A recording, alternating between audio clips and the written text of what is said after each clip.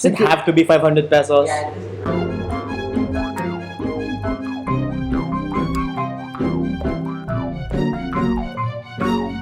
Hello, everybody, and welcome to the Filipino Freethinkers podcast that's also a video. I'm Red, And I'm Frank. and this is our final episode of the presidential candidate series, our take on the most popular candidate today.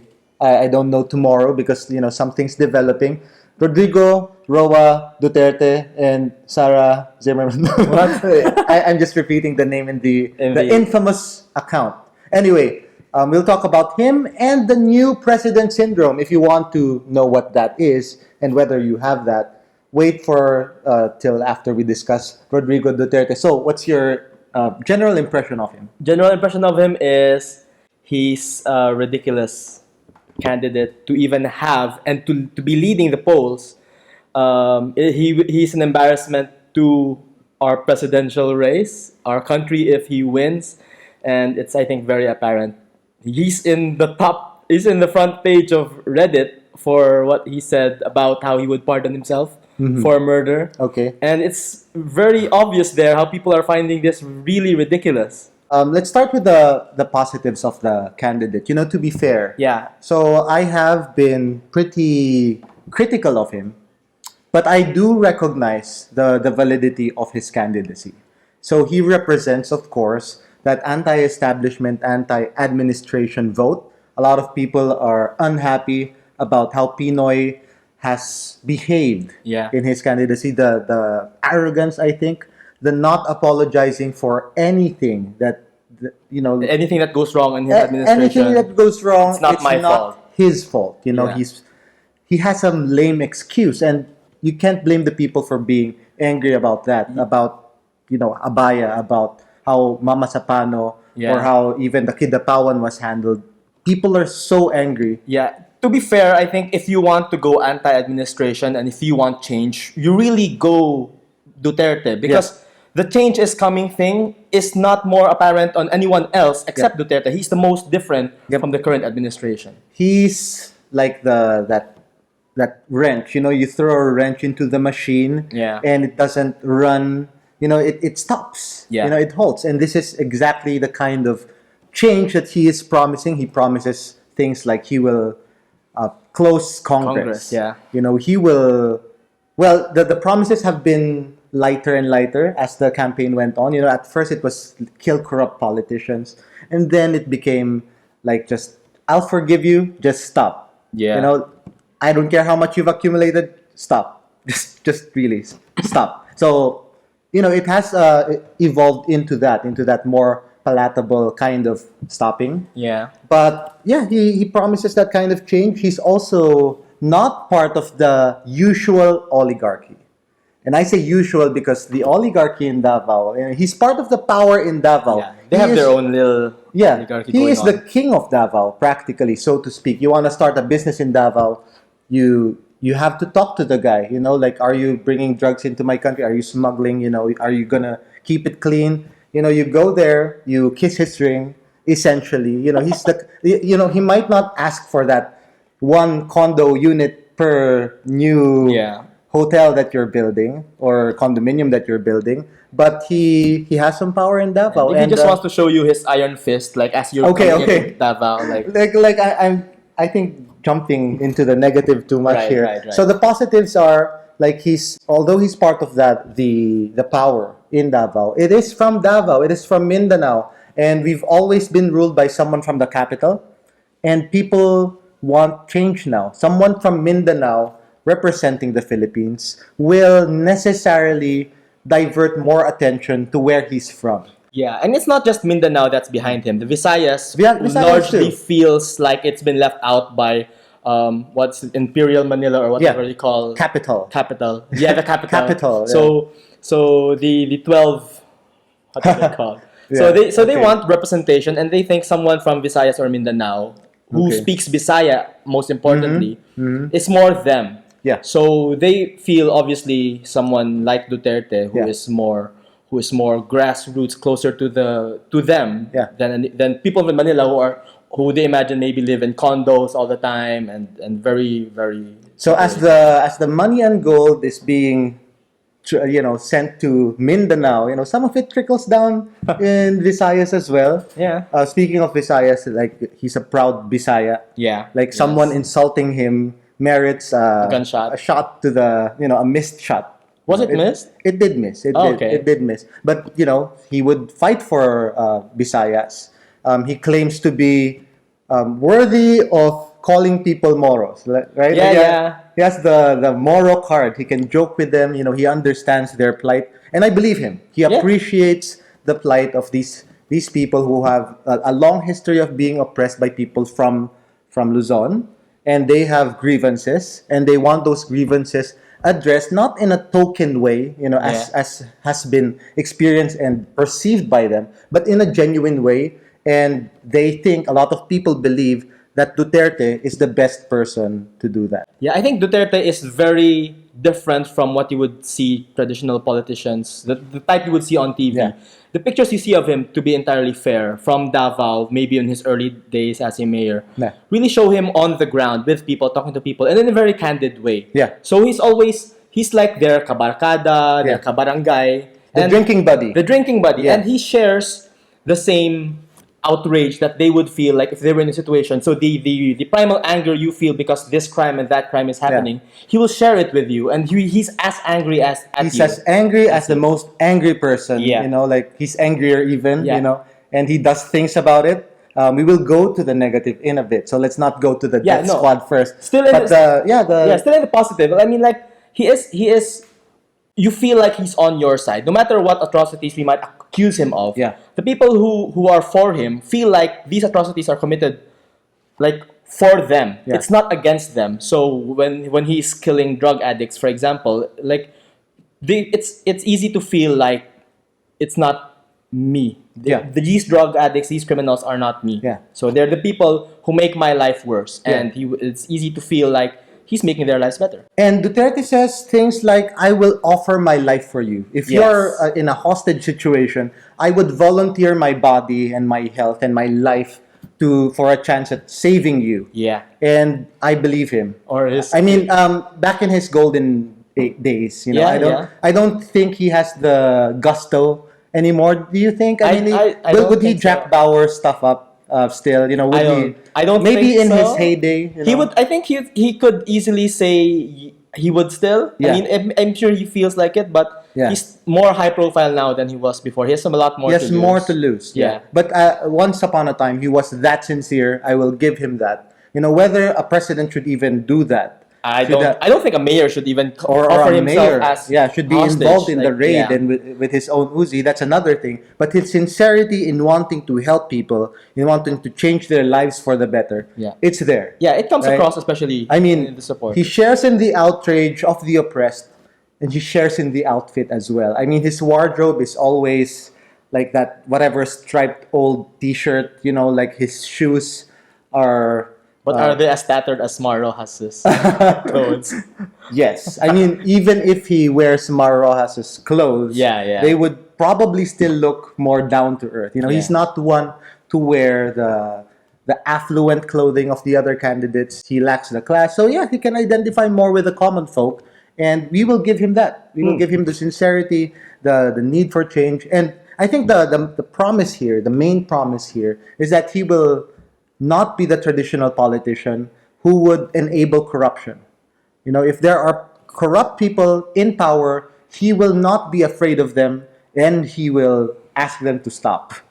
Firmly. I don't know exactly what he would do, but he would, of all the candidates, make the most sincere effort to stop corruption. We will get to the negative now. Okay. Right? And I think this is we have to start with the Davao Death Squad. Yes. Because this is the main thing for me. Like I said early on, you had them at Davao, but you lost me at Death Squad.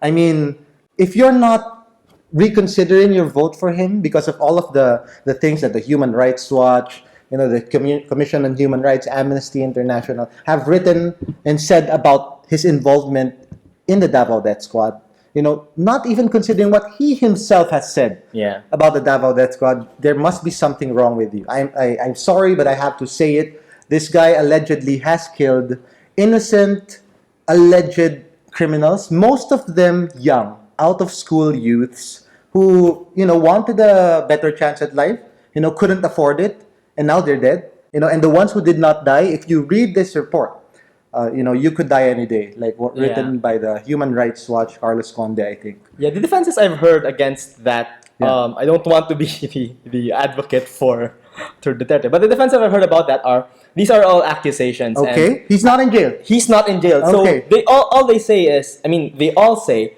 well, if there's no case, put a case against him. File a case. And then, like, he's not in prison right now, so these are all accusations. He must be innocent. Yes. Yeah. And, anyone can throw an accusation. the hypocrisy of having that standard for Duterte, not for someone like Binay. Everyone's so sure that Binay is guilty. He's not in jail, guys. Yeah. Like, is he innocent because of that? And Binay, to be fair to him, does not parade bragging about stealing like millions of pesos. He doesn't say that. He doesn't make it part of his policy. Duterte, on the other hand. So we're going towards what Duterte himself has said besides the accusations. Yeah. And Duterte stands for what he's been accused of. Yeah. He's dialed it back a little bit as he became a candidate for As president. Cayetano has kneeled in front of him doing who knows what, praying, at the very least. Yeah. Please dial it down a bit. Like, you're making us look bad. These summary executions are not so acceptable. Yeah, but it seems from the beginning, he's been saying that he is the Davao Death Squad. He won't hesitate to kill criminals, accused criminals, not even minors. He won't hesitate. I won't hesitate to kill minors. Yeah, so he dials it down a little bit, and then but it's really there. What he has said is what he stands behind, and people can't defend those statements. Besides saying that he's just joking, he's exaggerating. But no one. Binay doesn't joke about being corrupt, about like I'm stealing money, ha ha ha. Yeah. And then his defenders will not say he's just joking. So defending Duterte's statements by saying he's just joking is just, it's ridiculous. Okay. Like a person goes out in the street saying that he will kill this and that, he will rape this and that, or whatever. No one's gonna say he's just joking. Yeah. Like, that's a threat.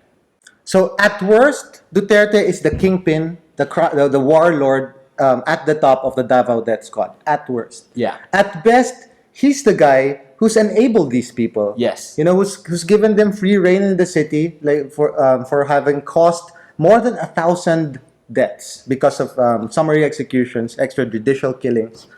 He's responsible for that in one way or another, and sad to say, that's his platform. Yes. That's it. No crime. That's the main thing. His war on drugs is the main thing. And this war on drugs has never worked any place in the world. You can read the link about it. So many countries are realizing this just now. And it's kind of like those worn down or busted buses that we import from Japan, or that trash that we got from Canada. Why would you import something that's trash? That's garbage. The war on drugs is garbage. It does not work. And why are people like buying this? This is his platform. If there's anything unique about Duterte, it's his stance on the war on drugs. It's his belief that the main problem of the Philippines is narco-politics. And other than that, he will just copy from everyone else. Yeah. The good things that Poe or Miriam, of course not Mar. He wouldn't admit to copying anything from Mar. From Miriam, even from Binay, he would copy all of those, right? So his main thing, his main platform is the war on drugs, and it's been proven to not work. What's up? What's happening here? I think people see it work in Davao City when they see clean streets, when they don't see criminals on the streets. Yeah. But really, the statistics about Davao City are not good at all. Like, I don't remember the numbers, but maybe it will be shown on screen right now. But just because you don't see crime happening in front of you doesn't mean it's not happening. And when did we stop counting extrajudicial killings as crime? Even if it's just one, Duterte, who kills all the criminals and everyone supports him, like everyone, by virtue of supporting him, has become an accomplice. Yeah, the ones who walk away from Davao is a piece that I wrote. You should read it. It encapsulates my thoughts on this. And aside from the victims of the extrajudicial killings, every member of the Davao Death Squad is a victim. Because they should be rehabilitated. They should be taught that, killing is not good. You should make a livelihood doing something else, because these people are being paid. Yeah. They're not humanitarian volunteers here, like cleaning Davao, like free of charge, pro bono. No, they are being paid. They make a living as murderers for hire, as hitmen. And if that's their line of work, what's to stop some like mining firm owner hiring these politicians and asking them to kill journalists who oppose them? Yeah. Right? And that has happened. Like some deaths in Davao might not be even because of Duterte. It might be some opportunistic capitalist saying, "Oh, it will be blamed on the death squads if this guy dies. So I'm just gonna throw my murder for hire in the mix, and it will be lost." And I bet it has happened. And a lot of people surrounding Davao, Tagum, Digos, like even in Cebu, they have copied the Davao Death Squad model. And not only are there innocent victims, there are innocent victims. These people, these children who are hired, if you haven't read that thing we linked to earlier, the story goes that some kids, they're threatened to change their lifestyle, stop or join the Davao Death Squad. You're going to be the new inductee. You're going to help us. And this child, instead of being given a chance to go back to school, is now a murderer in the Davao Death Squad. It's one thing to think that Duterte is honest, and he will not abuse his power as if he's not already done that, having the death squad there. But it's another to think that the 500 or so members of the Davao Death Squad are all innocent and will only murder when they are ordered by the people on top. I don't think so. Yeah. That's naive to think. You have more than 500 people who are outside the system, and you expect them to wield their power only for good. Think about that. Like, if someone as honest as Digong were just as easy, like if there are 500 of these guys, like wow, like so many potential presidents and senators. Even if you assume that the Davao Death Squad thing works, like, what are you going to do it for the entire country? Yeah. So it's not gonna scale, guys. Yeah, it's not gonna scale. And even what are you gonna have? You're gonna have rival gangs in each barangay, in each province, having their own death squad, and it legitimizes death squads for everyone. And what do you have? You just have armed militia, like everywhere, just people with their own Mad Max. Yeah, their own little mini army. Yeah. And so who then is the bad guy? Which death squad is the right death squad? Yeah. And which murders will be counted? And let me just get this out there. When people say, but look at Davao. Yeah, I'm looking at Davao. It's a failed fucking state. I mean, if you have a death squad, if you require a death squad for peace and order to happen, you have just failed. You have cheated. Yeah. Like, this is one thing that people, I don't get people saying that Duterte is not corrupt. If he is indeed involved with the Davao Death Squad, then he is corrupt. He has cheated. He has played without a net. It's like, okay, I can't win the elections. What do?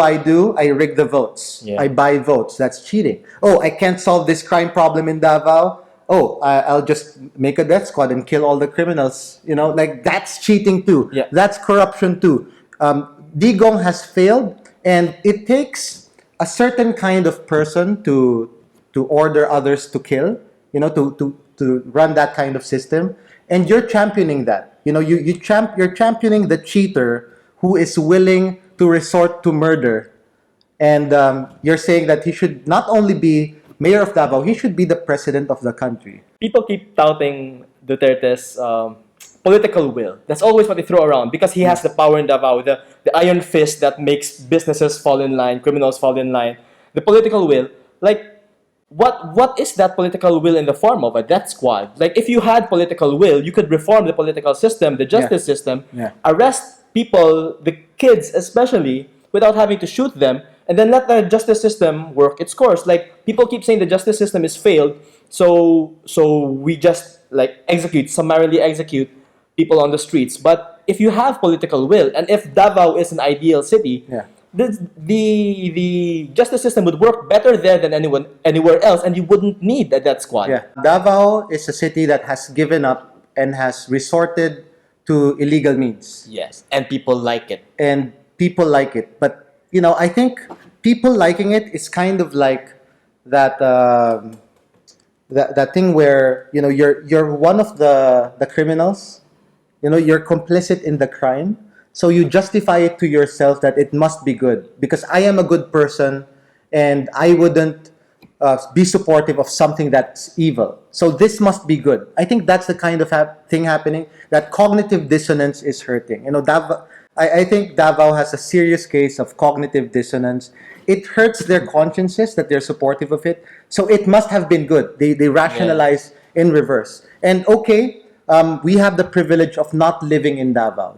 Like it must be hard being scared for your life, for your property, for your loved ones. Let's grant them that. Yeah. What that does give us, though, is the objectivity of looking at the situation and saying that no, that's still kind of wrong. To be fair, there are Davao citizens, we don't want to discount them, who are against this kind of rule. Oh yeah. And but there are also a lot of non-Davao citizens who like it. From Manila, A, B, and C, I hear, are very pro Duterte, and I don't know.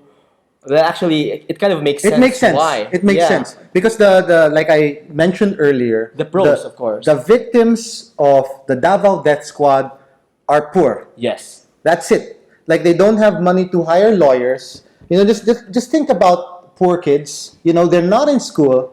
Like, what are they gonna do with their time? They can't even pay for League of Legends. They can't play video games. They can't watch Game of Thrones. What do? Rugby? Sniff rugby, maybe? Rugby is cheap. It's cheap. You do that with your friends. You join the gangs. You need a sense of acceptance. You don't have the community that people have in school. You don't have classmates. You don't have friends like that. So you get into crime as well. You need to support your hobbies or even just to live, to survive. Yeah. You steal, right? These are the main victims of the Davao Death Squad. The ABC who support Duterte won't likely be that victim. They won't even likely know any of the victims. Yes. Like to the 6th degree, 7th degree, 8th degree, they're so far removed from the potential or actual victims of the Davao Death Squad that they just don't care. And this narrative that's being thrown around, that it's elitists who do not like Duterte, I am sure there are elitists. Yeah. But just look at the numbers. ABCs are for Duterte even. I mean, when he was not yet number one across all demographics, he was leading in the ABC demographic. So what are you talking about elitists supporting Duterte? They're the most insulated from the harm that would be wrought by a nationwide Philippine death squad. You look at Duterte's statements about the accused criminals in the ABC, what he would do with them, it's not kill them, but he would pardon himself for murder. He would pardon himself. He actually said that. Yeah, he would pardon what did he say about Gloria? So let Gloria free like so many other people, like the Napoles people. He would murder. He would let Marcos be buried in the Libingan ng mga Bayani. So you can see, if you're talking elitist, Duterte is super elitist. Yeah. Like he kills the marginalized are the super poor and the young, the drug addicts are marginalized. Yeah. But for some reason, Duterte supporters just don't see them as important anymore as themselves. Yeah. So if killing a drug addict child will make me feel safer, for some reason that's worth it. Yeah. Like that's super elitist, more elitist than Mar Rojas being far removed from the palenque, putting on whatever stupid crap. So I mean, the Duterte stance, his anti-crime, whatever, is all on the low level, on the streets, and it's just not. It's anti-poor. But you don't have faith. You see, the way it goes is that when Duterte is finally president, he will finally start going after the big guys. Faith. Yeah, he can't. Yes. It is faith. Like I'm calling it. It's a cult of Duterte. There are sensible Duterte supporters, right? But there are also these cultists. If there are cultists in this campaign season, it's in the Duterte crowd. I'm sure there are some in supporting every candidate, but the most noisy and the most numerous are the cultists of Duterte. I mean, he actually has been caught on video now, like wiping his face with a towel, and then the sweat's there, and then he throws that to supporters. And they grab for it. The black Davaoin. Okay, that's Duterte now, and he's quoted as saying stuff like, "I don't care about the loss of man or the loss of these United Nations human rights folk.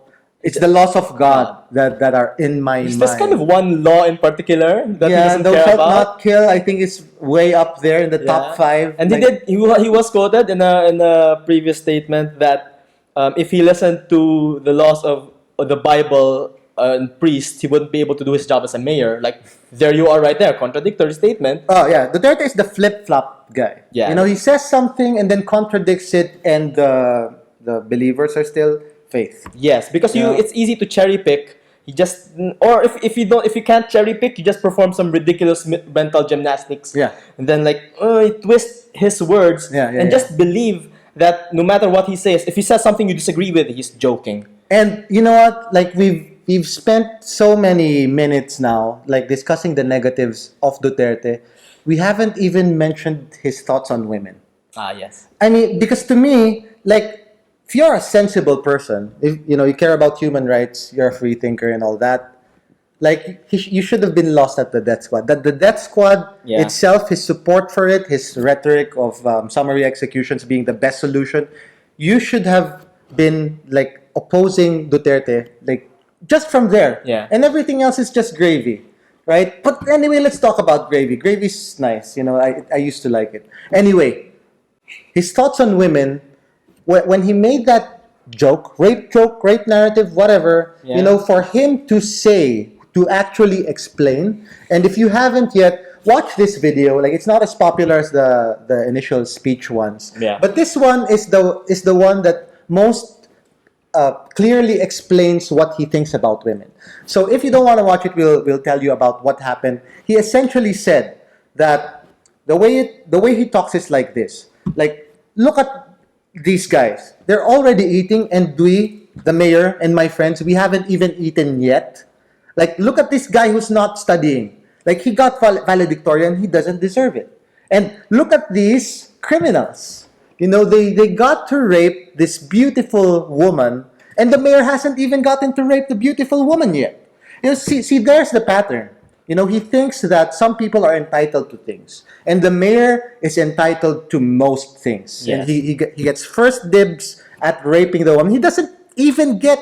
It's not even in his, you know, thought space that it's wrong to think rape is a good thing. You know, he calls Mar Rojas not rapeable, meaning he himself, he thinks he is rapeable. You know, he throws around rape like this, and you know. I just, you know, I give up, but no, I have to fight.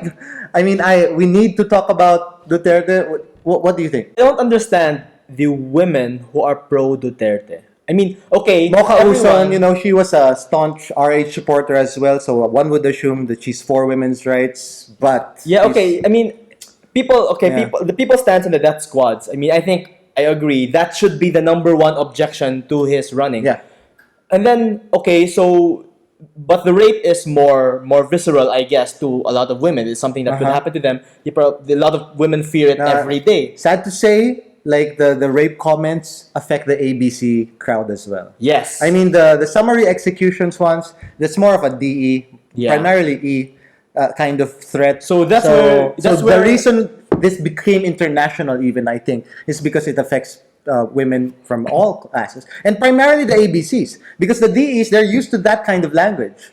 Yeah. You know that, and that's Duterte's excuse himself. Yes, that's their language. Yeah, so the ABCs are the ones affected by the rape rhetoric of Duterte. Yeah, so Duterte says like that's his defense, being from the low level, what he blamed his gutter language upbringing on his gutter language. So his just the fact in his defense, like from the first statement, he called Mar Rojas not rapeable. That was the worst thing in his entire video to me. Yeah. Because he has a word rape, or he has criteria for what is or is not rapeable. Attractiveness is probably. Instantly, he determined this dead woman was rapeable. Yep. So he has a criteria. Extremely rapeable, you know, like as beautiful as an American actress. You know, what a waste. And he uses that to excuse his gutter language. Like he just cursed that he didn't get to rape this rapeable woman. And okay, yes, obviously that's really like I'm offended by that kind of person. But like, why are a lot of women not? Exactly. I think it's the the politics going on here. They still really hate Mar so much. Yes, yes. That's probably it. Like, if this weren't a campaign season, if Mar Rojas had nothing to gain from like Duterte being criticized, the country would be closer to consensus in criticizing Duterte. Like he would be if people would actually be more in unison in asking him to apologize or step down. Yeah. But no, we have a lot to risk. Mar Rojas might be president. Yeah. Or Binay, like a lot of people, Sino, like who's your candidate, Binay or Mar Rojas? So people are just being quiet, and I have to address them. This podcast is not about them, but I have to address the Duterte supporters who get it, who get how evil the things Duterte says are. They understand this, but they're quiet. Yeah. They're quiet and they acquiesce to this. Like we're fortunate that this crazy mob is on our side and will propel our candidate to victory. So I will not say anything about the atrocious things that Duterte has said. You guys have a lot of apologizing to do, I think, like pray at night. How do you sleep? You justify this.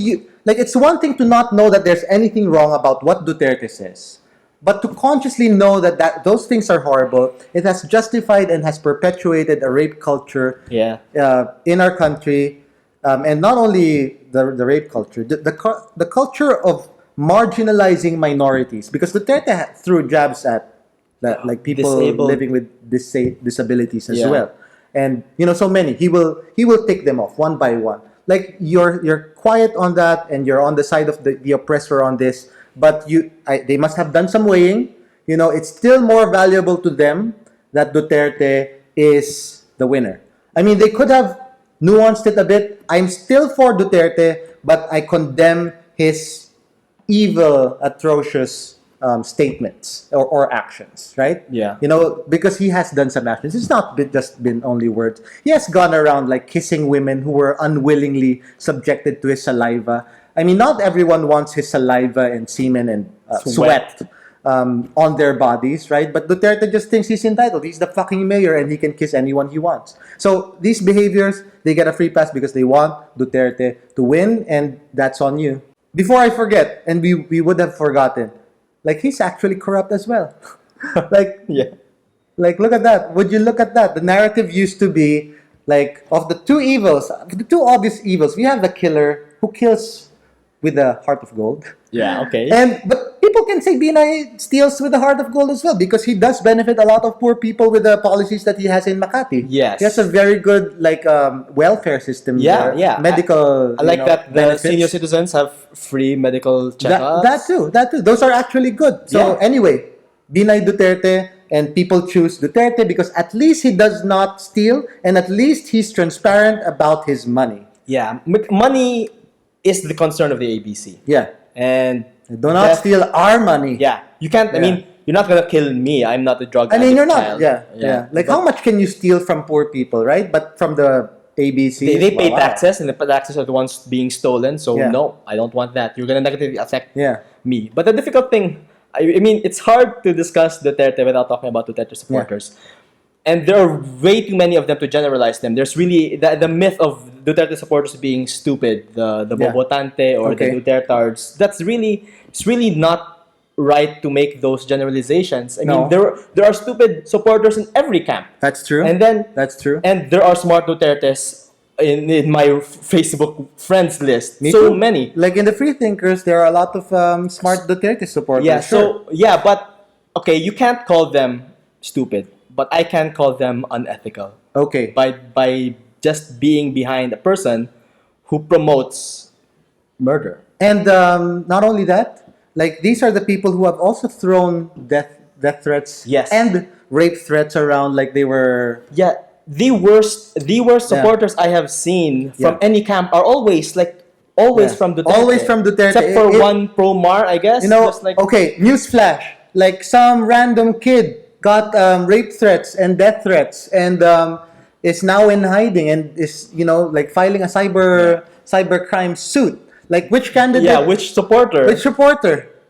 Right? Like Lenny Robredo. No. Wow, or even Mar Rojas. No. Why? So No. Like, it's really always Duterte, and it's easy to see why. and the sensible supporters are like, not my problem. Yeah. Not my problem. My candidate's winning anyway. When he wins, maybe we'll start the education process. No. Maybe they will change. But the problem is, like, what if Duterte wins precisely because people are voting for him?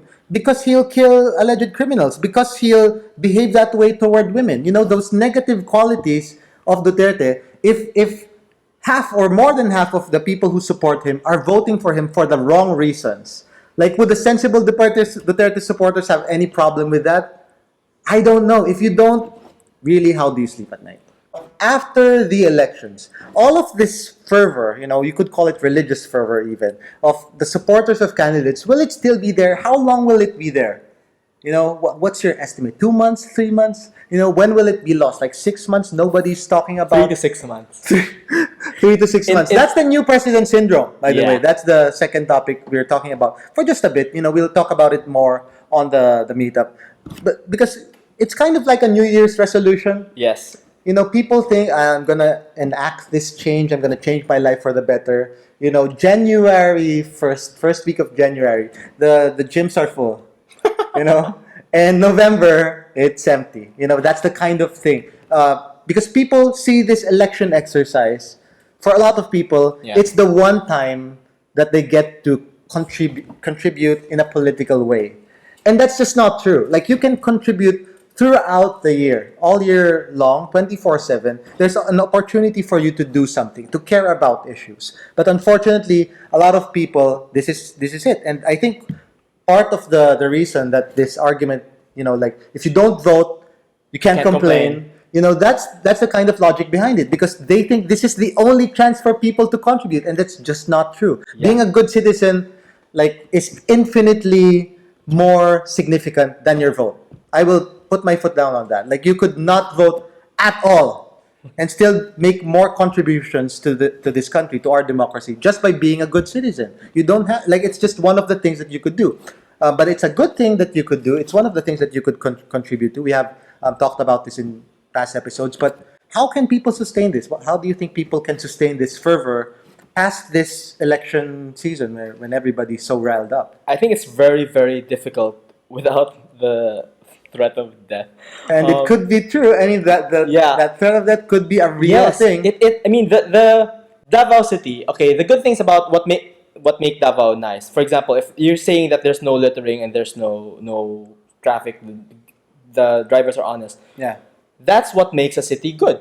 People not littering, drivers being honest, people not killing each other. Those And are it's things, really yeah, the those are people. some And things. if do you really need a person to threaten you with death to not do these things? Like, you contribute to everything that you complain about in the city, like, you can contribute to those things not happening. Yeah. Like, giving death threats and rape threats are things that a good city would not experience. Yeah. And then the people who are for Duterte, like, do they need to be threatened with death to not do these reprehensible things? So I mean, contributing to governance just really means being a better person. You really don't need to elect a murderer to threaten you with death to not do these things. Yeah. If you like this episode, if you support Duterte, if you're against Duterte, please share it. Like, share, subscribe to our channel. We will discuss more of Duterte and the other candidates at the meetup that's happening. Like, details of that are on our website and our social media sites. And vote wisely. On behalf of Frank and Garrick and the analyst desk and our millions of staff, see you next week.